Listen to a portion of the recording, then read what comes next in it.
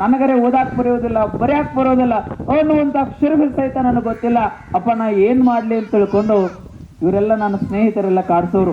ಯಾವ ಮಂತ್ರ ಓದಾಕ್ ಬರೋದಿಲ್ಲ, ಬರೆಯಾಕ್ ಬರೋದಿಲ್ಲ, ಓದಾಕ್ ಬರೋದಿಲ್ಲ ಅಂತ ತಿಳ್ಕೊಂಡು ಕಾಡಿಸ್ತಕ್ಕಂಥ ಸ್ನೇಹಿತರ ಮಧ್ಯದಲ್ಲಿ ಒಂದು ದಿನ ಕುಮಾರೇಶನಲ್ಲಿ ಎಷ್ಟು ದೊಡ್ಡ ಶಕ್ತಿ ಇದೆ ಅನ್ನೋದಕ್ಕಾಗಿ ಸುಮ್ಮನೆ ಹೇಳ್ತಾನೆ. ಹನಗಲ್ಲಪ್ಪವ್ರ ಗದಿಗೆ ಹತ್ರ ಹೋಗಿ ಕುಳಿತುಕೊಂಡೆ. ಅಪ್ಪ ನನಗೆ ಬರೆಯೋದಕ್ಕೆ ಬರೋದಿಲ್ಲ, ಓದೋದಕ್ಕೆ ಬರೋದಿಲ್ಲ ನಿಜ, ಆದ್ರೆ ನಿನ್ನ ಸೇವೆಯನ್ನು ಮಾಡೋದಕ್ಕೆ ನನಗೆ ಬರ್ತದೆ, ನಿನ್ನ ಸೇವೆ ಮಾಡ್ತೇನೆ ಅಂತ 3 ವರ್ಷ ನಾನು ಆ ಗುರುಗಳ ಗದ್ದೆಗೆ ಕಸ ಹೊಡಿತಿದ್ದ. 3 ವರ್ಷ 4 ಗಂಟೆ ಕಾಲ ಪಾಠಕ್ಕೆ ನಾವು ಹಾಜರಿರಬೇಕು. ಅದಕ್ಕಿಂತ ಮೊದಲು 2 ಗಂಟೆ ಕೆದ್ದು 2 ಗದ್ದಿಗೆ ಕಸ ಹೊಡೆದು ಸೇವಾ ಮಾಡಿ ಮತ್ತೆ 4 ಗಂಟೆಗೆ ಪ್ರಾರ್ಥನಾಕ್ಕೆ ಹೋಗಿ ಕುಳಿತುಕೊಳ್ಬೇಕು. ಕುಮಾರೇಶ ಹೆಂಗ ಆಶೀರ್ವಾದ ಮಾಡ್ತಾನೆ. ಏನೂ ಬರದೇ ಇರ್ತಕ್ಕಂತ ವ್ಯಕ್ತಿ ಏನ ನನ್ನ ಸ್ನೇಹಿತರ ಕಾಡಿಸ್ತಿದ್ರಲ್ಲ, ಹಿಂಗೇನೂ ಬರೋದಿಲ್ಲ ಏನೂ ಬರೋದಿಲ್ಲ ಅಂತ ಕುಮಾರೇಶ ಹಿಂಗ ಆಶೀರ್ವಾದ ಮಾಡಿದ್ನಲ್ಲ, ಅವತ್ತು ಪ್ರಾರಂಭ ಮಾಡಿದ ನನ್ನ ಮಾತುಗಳು ಇವತ್ತಿಗೂ ಸಹಿತ ನಿಂತಿಲ್ಲ.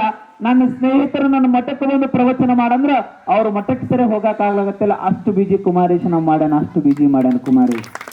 ಅಂದ್ರೆ ಒಂದ್ಸಾರಿ ಗುರು ಮನವೊಲಿಗೆ ಆಶೀರ್ವಾದ ಮಾಡಿಬಿಟ್ರೆ ಏನೆಲ್ಲ ಕುಮಾರೇಶ ಆಶೀರ್ವಾದ ಮಾಡ್ತಾನೆ ಅನ್ನೋದಕ್ಕಾಗಿ ಇದೊಂದು ಉದಾಹರಣೆ ಸಾಕು. ಹಾಗಾಗಿ ನೀವೂರು ಬಹುಶಃ ಹೇಳ್ತಾ ಇದ್ರಿ ಇದು ಬಹಳ ಸಣ್ಣ ಊರು, ಇಲ್ಲಿ 150 ಮನೆಗಳಿದ್ದಾವೆ ಸ್ವಾಮಿ. ಮನೆ ಮಾತ್ರ ಈ ಹುಣಸೆಟ್ಟಿ ಕೊಪ್ಪದಲ್ಲಿ ಬಡವ ಇದೆ, ಇಲ್ಲಿರ್ತಕ್ಕಂತಹ ಜನಗಳ ಮನಸ್ಸು ಮಾತ್ರ ಬಂಗಾರದ ಮನಸ್ಸುಗಳಿವೆ ಅಂತಕ್ಕಂಥ ಮಾತನ್ನ ಈ ವೇದಿಕೆ ಮೂಲಕವಾಗಿ ಹೇಳಕ್ಕೆ ಇಷ್ಟಪಡ್ತೇನೆ. ಊರು ಸಾಣದು, ಇಲ್ಲಿರ್ತಕ್ಕಂಥ ತಮ್ಮೆಲ್ಲರ ಮನಸ್ಸುಗಳು ಮಾತ್ರ ಬಹುದೊಡ್ಡ ಬಂಗಾರದ ಮನಸ್ಸುಗಳು ಅಂತ ತಿಳ್ಕೊಂಡು ಈ ವೇದಿಕೆ ಮೂಲಕವಾಗಿ ನಾನು ಸ್ಮರಿಸಲಿಕ್ಕೆ ಹೇಳಲಿಕ್ಕೆ ಇಷ್ಟಪಡ್ತೇನೆ. ಬಹುಶಃ ನಿಮ್ಮೆಲ್ಲರ ಪ್ರೀತಿ, ನಿಮ್ಮೆಲ್ಲರ ಅಂತಃಕರಣ ಸದಾಕಾಲ ನಮ್ಮಂತ ಅನೇಕ ಜನ ಜಂಗಮ ಯುಗ ಪುರುಷರ ಮೇಲೆ ತಮ್ಮೆಲ್ಲರ ಪ್ರೀತಿ, ಶ್ರದ್ಧೆ, ಭಕ್ತಿ ಹೀಗೆ ಇರಲಿ ಅನ್ನುವಂಥದ್ದನ್ನ ತಮ್ಮೆಲ್ಲರಲ್ಲಿ ಪ್ರಾರ್ಥನೆ ಮಾಡಿಕೊಂಡು 76ನೇ ಗಣರಾಜ್ಯೋತ್ಸವ ನಾವೆಲ್ಲರೂ ಇದರಲ್ಲಿ ಪಾಲ್ಗೊಂಡಿದ್ದೇವೆ. ಇದಕ್ಕಾಗಿ ಅಂಬೇಡ್ಕರ್ ಅವರು ಸಂವಿಧಾನವನ್ನ ಕೊಟ್ಟು ನಾವೆಲ್ಲರೂ ಸ್ವತಂತ್ರ ಅನ್ನುವಂತಹ ನಾಂದಿಯನ್ನು ಹಾಡಿರ್ತಕ್ಕಂಥ ಮಹಾದಿನ.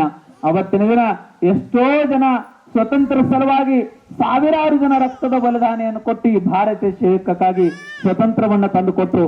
ಸ್ವತಂತ್ರ ಸಿಕ್ಕಿತ್ತು ನಿಜ, ಆದರೆ ನಮಗಾಗಿ ಒಂದು ಸಂವಿಧಾನ ಇರಲಿಲ್ಲ.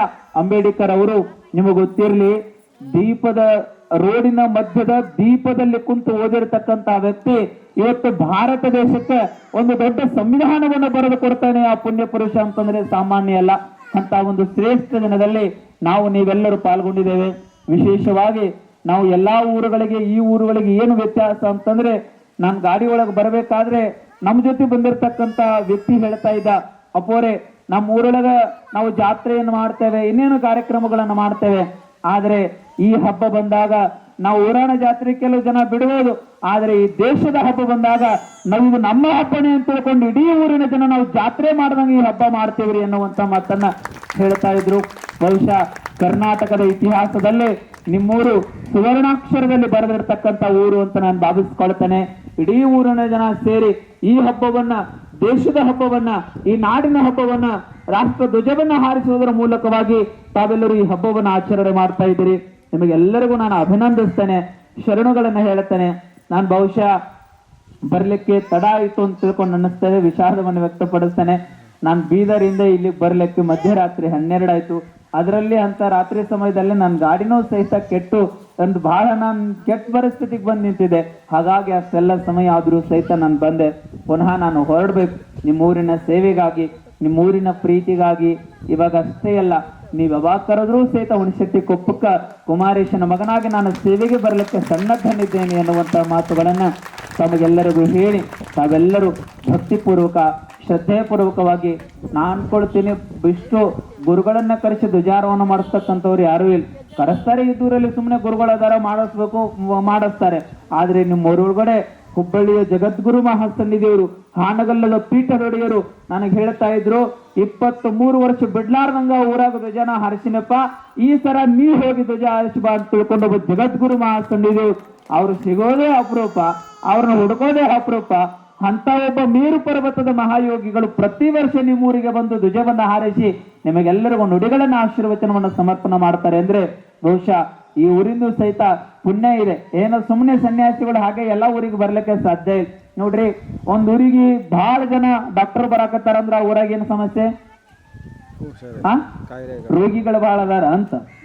ಒಂದ್ ಊರಿಗೆ ಬಹಳ ಜನ ಪೊಲೀಸರು ಬರಾಕತ್ತಾರ ಅಂದ್ರ ಊರಾಗ ಕಳ್ರು ಜಗಳ ಗಂಟ್ರು ಹೊಡೆದಟ್ರು ಬಾಳ ಅದಾರ ಅಂತ.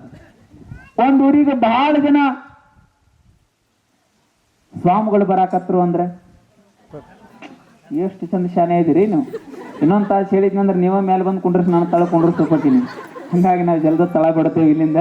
ಹಾಗಾಗಿ ಪೊಲೀಸ್ಗಳು ಬರಾಕತ್ರು ಅಂತಂದ್ರ ಊರೋ ಕಳ್ರು ಬಹಳ ಅದಾರ ಅಂತ, ಡಾಕ್ಟರ್ ಬಹಳ ಬರಾಕತ್ರು ಅಂತಂದ್ರ ಊರೊಳಗ ರೋಗಿಗಳು ಬಹಳ ಅದಾರ ಅಂತ, ವಕೀಲರು ಬಹಳ ಜನ ಬರಾಕತ್ತಂದ್ರ ಊರೊಳಗ ಕೇಸ್ಗಳು ಬಹಳ ಅದಾವಂತ.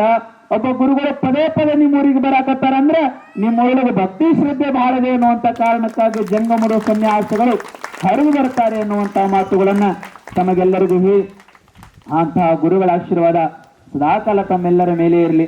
ಬಹುಶಃ ನೀವು ಏನೋ ಉಂಡಿಲ್ ಕಾಣಿಸುತ್ತೆ. ಇನ್ನು ಬೆಳಗ್ಗೆ ಹಂಗ ಬಂದಿರ ಏನಾದ್ರು ತಗೊಂಡು ಬಂದಿರ್ತೀರಿ ಚಾಗಿ ಹಂಗೆ ಏನೂ ಇಲ್ಲ.